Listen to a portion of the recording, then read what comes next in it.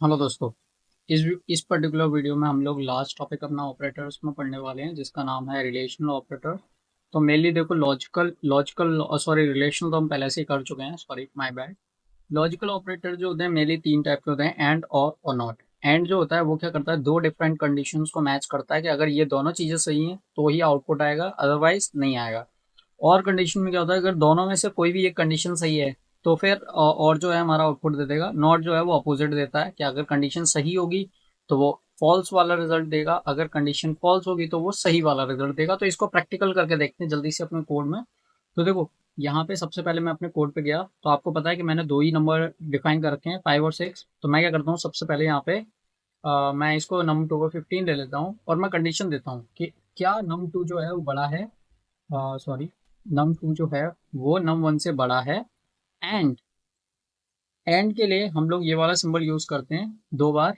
And जो हमारा क्या कहते हैं, एक और नंबर डिफाइन करते हैं हम लोग यहाँ पे, ताकि चीज़ें थोड़ी क्लियर हो जाएंगी। Int num3 is equals to 20। ठीक है। और यहाँ पे मैं कंडीशन देता हूँ कि num2 तो num1 से बड़ा होना ही चाहिए, साथ में num2 जो है वो छोटा होना चाहिए किससे, num3 से। अगर ये ऐसा होता है तो ये वाला आउटपुट होना चाहिए, अदरवाइज नहीं होना चाहिए। तो आउटपुट में मैं क्या प्रोवाइड करूंगा कि yes, num2 is greater than num1 but smaller than num3। ठीक है। बाकी का जो आगे का कोड है उसको मैं हटा देता हूँ।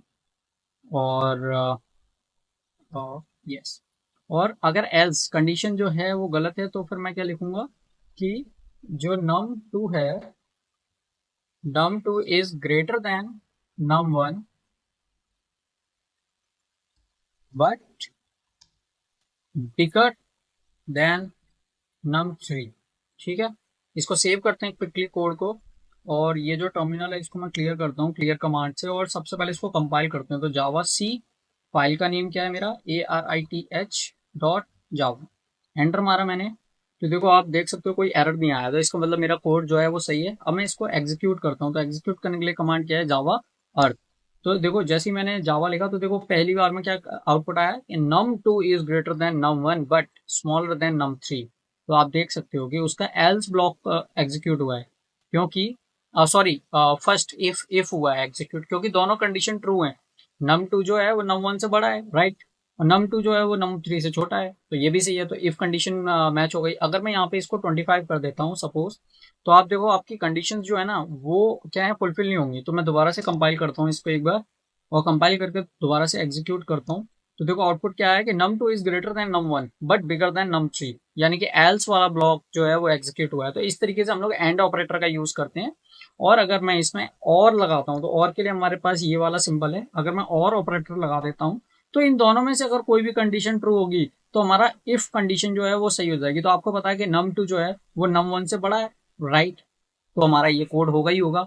num2 जो है वो num3 से छोटा है क्या, तो आंसर है नहीं। लेकिन एक कंडीशन ट्रू है तो हमारे जो फर्स्ट ब्लॉक है वही एग्जीक्यूट होगा। तो देखो मैं इसको क्विकली कंपाइल करता हूँ। सबसे पहले कंपाइल करने के बाद में मैं इसको एग्जीक्यूट करता हूँ कोड को। तो देखो ये एग्जीक्यूट हो चुका है और आउटपुट में क्या है, num2 is greater than num1 but bigger than num3।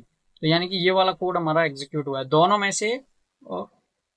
Just a second, if num2 is greater than num1, yes, num2 जो है वो num1 से ग्रेटर है। तो इसको आना ये चाहिए था कि num2 is greater than num1 but smaller than num3, but it is producing us that it is bigger than num3। तो ओके, फाइल सेव नहीं थी, आपको दिख रही हो अगर तो मैं इसको पहले सेव कर देता हूँ, क्योंकि मैंने ऑटो सेव जो है वो बंद कर रखा है। तो अब मैंने इसको कंपाइल किया दोबारा से और फिर मैंने कंपाइल करके इसको एग्जीक्यूट करता हूँ। तो आप देखते क्या आउटपुट आया।